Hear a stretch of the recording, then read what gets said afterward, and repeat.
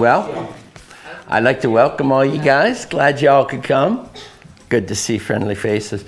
I'd like to, first I'd like to thank Bill and Tina, Roy and Jesse, and anyone else behind the scenes I might be missing for doing this, putting this all together. I think it's pretty cool. It's a good service to our community, really, and us people here, because if you know somebody don't keep track of that stuff, it'll all be gone, and so is all that. But it's a lot of hard work. I went through a lot of books and totes and reading and put in a lot of hours just for a teeny bit of stuff that I have, so I can't even imagine what all the things you guys are doing here. So I think that's pretty cool. I wanted to say that to begin with. You're quite welcome. Well, I had to write a lot of my stuff down because there is a lot of things, and I'm old and I can't remember them all. So I know who you all know who I am, but for the record, I'm Glen Huston. I'm the youngest of 6 kids. Grew up here on this property. I am the 4th generation. I've lived here for all 64 years. I'm a Kraken. Through the years, I listened to Grandpa and my dad and all these people telling all these stories, which didn't seem much interest to me, I got to admit at the time. And now I find it very odd that here I am now, the grandfather, telling the stories. So my grandchildren are here, and so someday they will probably be like, I didn't listen, I don't remember any of it. But anyways, I do think that it's very important that we take the time and the thoughts to listen to this. So as the youngest of our family, I volunteered to keep our family history. So that's why I have all this stuff. I figured I'd outlive all of them so that way the history would stay with us as long as I could, you know. And then I've also instructed my family to continue to pass it on. And even if it doesn't mean a hill of beans to them, it might a generation, 2 generations down the road, it might merely mean something. What else I really figured out when I was going through these totes and looking at this stuff, this is the end of this type of material. There won't be these old photos. There won't be these old letters and this, because everything's gone digital, electronics. So that even makes these artifacts, is what I'll call them now, because most of them are 100, 150, 200 years old. If we don't preserve them, that's the end of it. So we want to make sure. I think that's pretty important to me. Not that I'm a real historian. I've never really took a lot of time to study it all out. I never, like I said, I didn't give it much interest. Now that I'm older, I am becoming a lot more interested in it. But next thing, I'm going to have a little disclaimer, because any of the things I'm about to tell you guys, I can't swear is all true.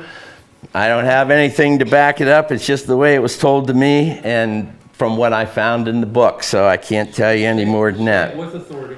Well, there you go. If you. Well, I'd like to start with my original Robert Phillips. Okay, we all have heard of the Phillips Christian Church. I brought along this photo, which is very hard to see, but it is of Isaac Phillips. Robert Phillips was born in Pennsylvania in 1773. Moved here to Salem Township, early 1800s, where Robert built this particular house. I think it says on the back in 1817, which then later on, he went to hold the first Phillips Christian Church in his home. He started it, he built this house, and then he used part of it to have the first church services in. I'll show you, let you pass that around, take a look at that. That's the original house from that. Now, my great grandmother, Emma Phillips, was a direct descendant of Robert Phillips, who was born in Pennsylvania. I did that, okay, built the first house in Salem. Later, he donated the property for the first Phillips Church to be built. And the story was told to me that he refused to take any money for the property. So that's why they decided to name it Phillips Christian Church in honor of Robert Phillips for the donation and also for help building the first church in 1829. This is another old picture of the Phillips families, since they have been here since the very early 1800s. They were involved in quite a bit of things in this community, as we know. So I found some interesting stuff which really hit me pretty quick. Was this old autograph book that belonged to my great-grandmother, Emma Phillips. This autograph book is from 1881, is when she started it. Now, as we started looking through this book, it was very interesting. First of all, the penmanship that people had back then is astounding, plus what they actually wrote in here. Well, we found in my great-grandmother's book, Mrs. S.B. Teagarden wrote in here. Mr. Teagarden, S.B. Teagarden, also autographed this book, and all of his handwritings from January 5th, 1883. Now, I don't know who S.B. Teagarden is as far as how he fit into the Teagarden family. I didn't have that. What else I also found, besides this is a really cool piece. That was my great-grandmother's, was an original photo of S.B. Teagarden from 1861. It says here on the back that he was the preacher at Phillips Christian Church for 10 years. So I asked my brothers and sisters, other than Dawn, I don't know if you guys have this picture of Teagarden, but we would like to donate it to the Historical Society if you guys would be interested in having this photo. It's an original. He was Teagarden was quite a gentleman, quite a guy. Teagarden. Yeah. This, I also had found this was a very interesting, and I don't know if you guys have had privilege or seen this, the history of Highland and Teagarden. There was a lot of really good information in there, and they speak of Robert Phillips in here as well as with the church over there. I found this clipping, which I found was very interesting, that my grandmother had put in. Obviously, it's a picture of the original bridge, and it was in the Morning Journal back in 1978. And my grandmother wrote on here, sign is Mary Huston's uncle, put there in 1870s. So I don't know that that's actual facts, but that is what my grandmother believed, that this C.R. Phillips was her uncle. So I did find that. I was kind of curious about those kind of things from there. The first Hustons in the area was my great-grandparents, was Clarence and Lizzie Huston. They moved here to McCracken Road somewhere also in the late 1800s when they purchased property here. I wasn't really sure. I couldn't find exactly when they did purchase this, but we saw on an old map where Lizzie Huston had bought property here in that time. So that was how I kind of figured that up. Then they bought all this property of where we're at right now, where this cabin is built, and the whole farm was where Huston's originally started it. I did find this also, which I thought was very interesting, is an old photo.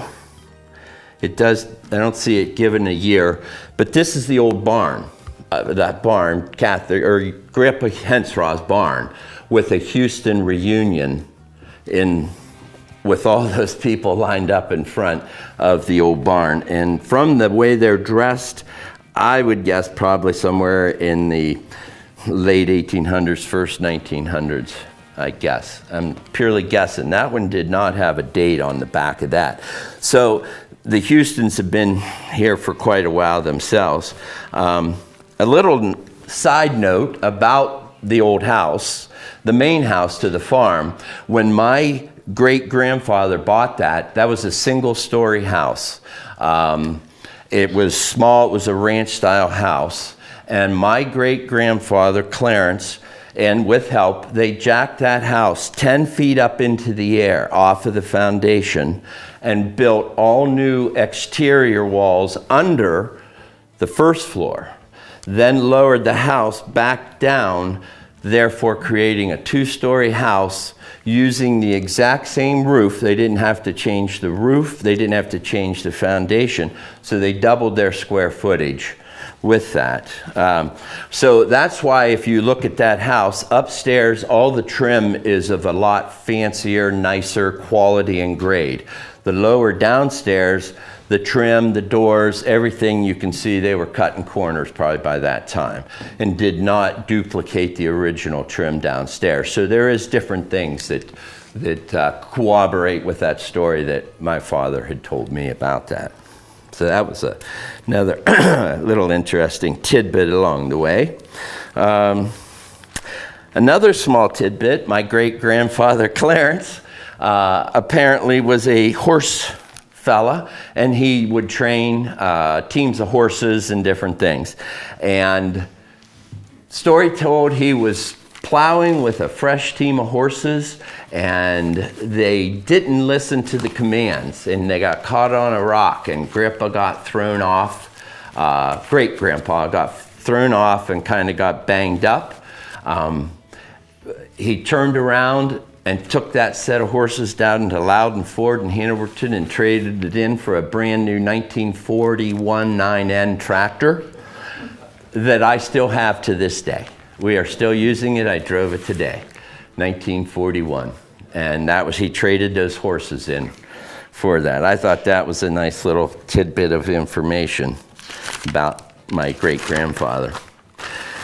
Then after Clarence and Lizzie became Ralph and Mary, was my great-grandparents. They were mainly farmers. I remember Grandpa telling stories about when he was a younger lad, would go down to Tea Garden, get on the train, and ride it to Lisbon or Latonia, Columbian, and get off, do some shopping, and then ride the train back and walk home from the train station down there, which I would love to walk with him. I think that'd been cool to see what that would have all been like back in the days, you know. Well, he, as I said, was a farmer, and I noticed on the website you guys had mentioned about getting some interest in the Grange. My grandfather was awarded the Golden Sheath Award, which was a very rare award. He actually received a letter from the state level, from the Grange, that is for 50 years of continuous service in the Grange, which I have his Golden Sheath Award here, which was pretty cool. Then there's also another letter in here from the national level. My grandfather and grandmother both achieved what was called the 7th degree. I don't know if you know, that is the highest level in the Grange system. They achieved that through going to national conventions. They had to pass tests, and everybody in the Grange would pass these tests, and the higher you would go, the higher ranking. They achieved the highest ranking nationally. Pretty rare, they say. These are in here too. So the letters that they received. This was all at the Salem Grange? All at the Salem Grange. Also, what is in here too, I want to share with you guys. If you're digging into the Granges a little bit, this here is a particular book from 1914, which is the Columbiana County Granges. This is the historical roster. So in 1814, it goes through all the different county Granges, every one, and it tells who was the organizer, how many members they had, when they were formed. It's a very interesting little book, and it has all of the Granges in Columbiana County. There was quite a few. 1914.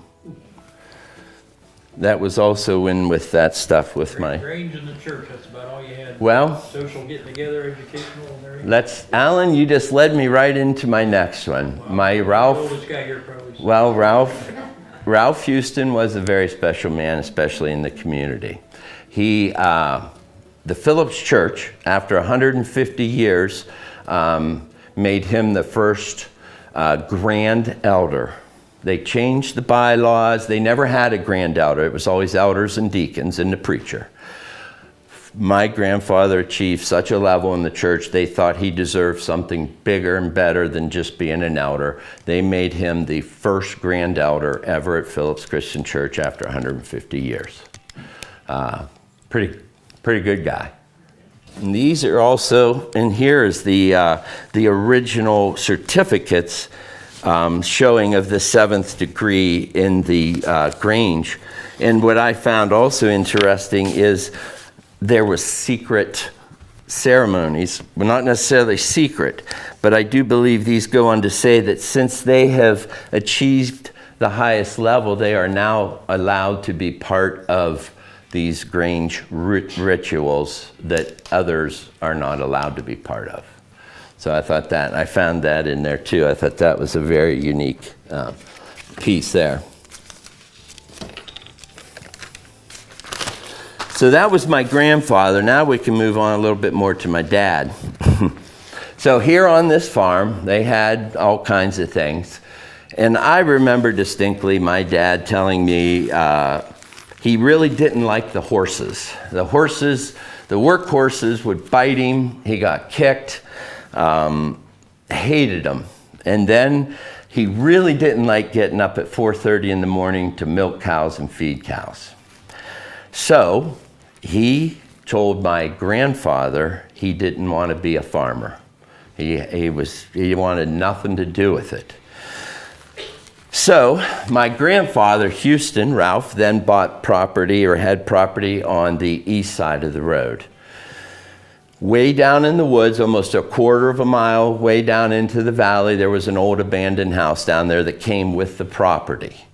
My grandfather, and with help, they took the house apart in 2 pieces, jacked it up, pulled it up here on top of the hill. My sister's house, Donna, is part of it, and my house originally is the other half of it. Those are the 2 houses that my grandfather moved up here so that he could move into one when they sold the farm. So he went ahead and fixed up Donna's house, remodeled it, moved in there, and lived there. And then my house was actually turned into a barn. They used to store the thrashing machine in there. They'd cut a big hole in the end of the house and drove it up in there and parked the thrashing machine up in there.